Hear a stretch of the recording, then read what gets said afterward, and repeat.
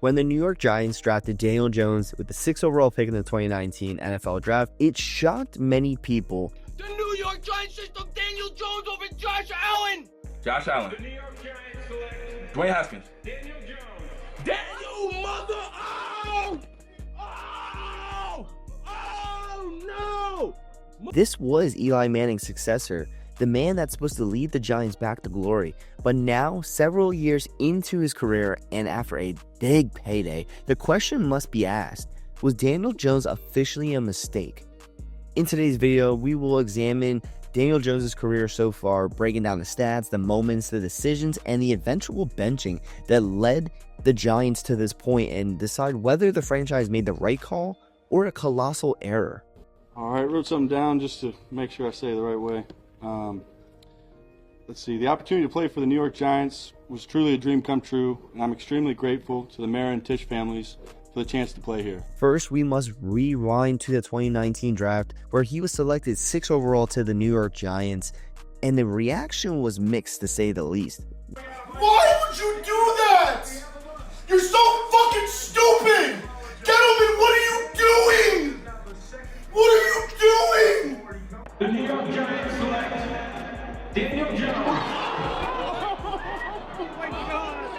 Oh my god! We're talking about someone that was not projected to be a top 10 pick by most experts, and many saw him as a late first rounder and even a second round talent. But the Giants front office believed Daniel Jones had the tools to be a franchise quarterback. In his collegiate career, he did impress a lot of scouts with his work ethic and his football IQ. Many questioned if his skill set would even translate into the NFL. And the pre-draft analysis says Jones is a well-built quarterback with average arm strength and good pocket presence. He gets the ball out on time and is precise in the short game. He has a great feel for timing of back shoulder throws. He has to really strain to drive the ball vertically, and it affects his mechanics and his accuracy. He has a longer delivery and pats the ball before delivering.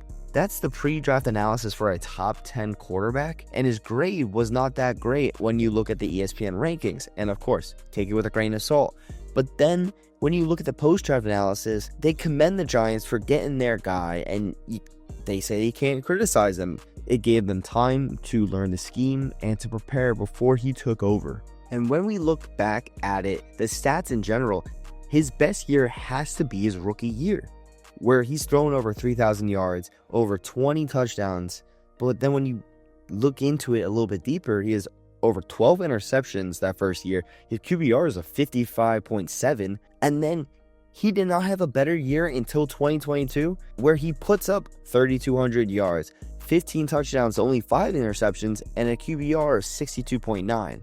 Well, yes, the two best years are quite literally the first year he starts and the year right before his big contract. Daniel Jones was not the guy that we're seeing. He is developed into a Josh Allen, where I think the Giants kind of got misconstrued of where they thought they could mold Daniel Jones. And when we look at cases like this, the Josh Allens and even Patrick Mahomes, we are talking about one-of-one players here. We are not talking about, oh, you can follow a strategy and make your own Patrick Mahomes. You can make your own Josh Allen.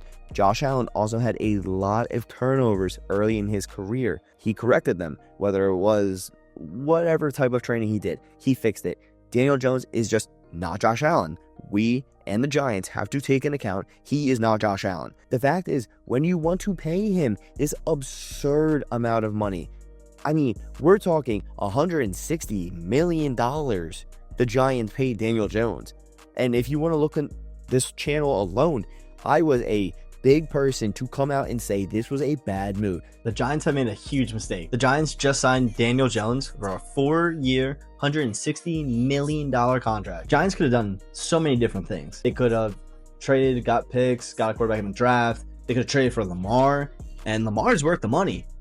Daniel Jones is not. After signing Daniel Jones, they then proceeded to franchise tag Saquon. While Daniel Jones has made strides this past year, he still isn't $40 million a year worth of a quarterback. As an Eagles fan, I love it. I think they should do more things like this. For any Giants fans, I'm sorry. Not only are you probably going to lose Saquon, but now you're overpaying for quite literally a mid quarterback. I even laughed at Giants fans, which again commented, said I was stupid, said that they were riding with Daniel Jones because he had the talent that Josh Allen had, etc.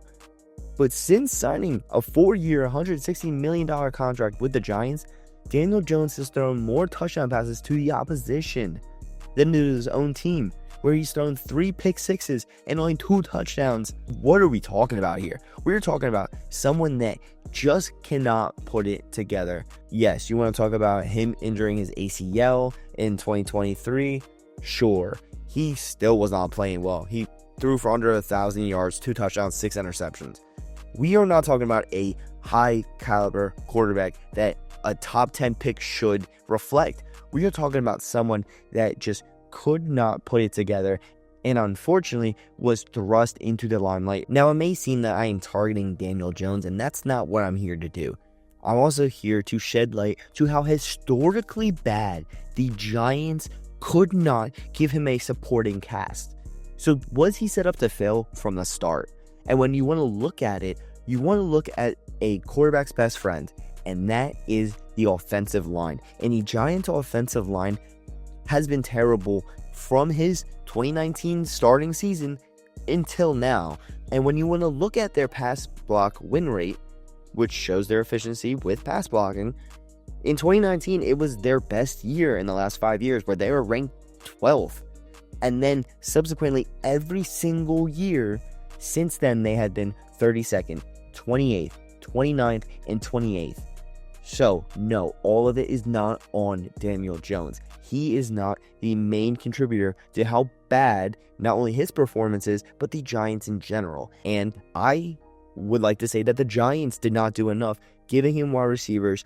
I mean, look at now. Of course, this last year they get Malik Neighbors, which he looks to be a stud. This guy is making some catches you would make him Madden.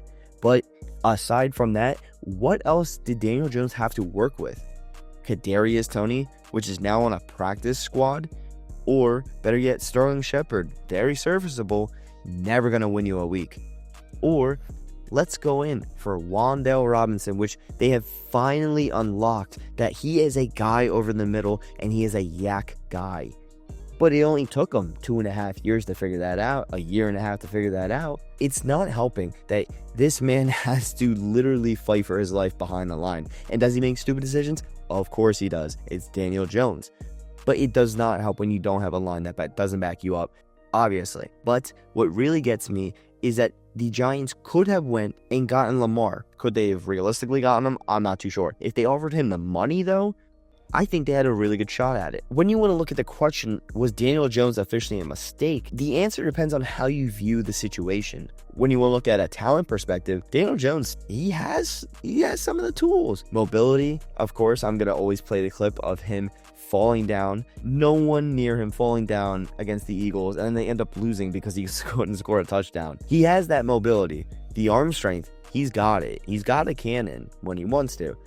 And the football IQ is where I start to get a little iffy. Again, we're talking about some pick sixes that he should not have thrown the ball. And especially the one against the Vikings earlier this year, he literally just threw it as if the guy was a wide receiver on his own team. What really gets me is the turnovers. It's the interceptions, it's the fumbles, it's the lack of clutch moments, and it's the inability to elevate his team that has just outshined every single positive that he has done. And when you want to look at it from a management perspective, the decision to draft him and then hand him a $160 million contract may go down as one of the most questionable moves in recent franchise history. The Giants are looking at another high draft pick, and the future is uncertain. Whether you think Daniel Jones was a mistake, he was a misjudged talent, or simply a victim of circumstance, one thing is clear: his time with the Giants has been anything but ordinary. Giants fans will only hope for better and brighter days ahead. But what do you think? Do you think Daniel Jones was a mistake, or do you think the Giants failed him?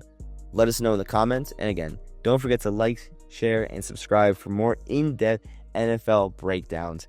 And as always, it has been Studs.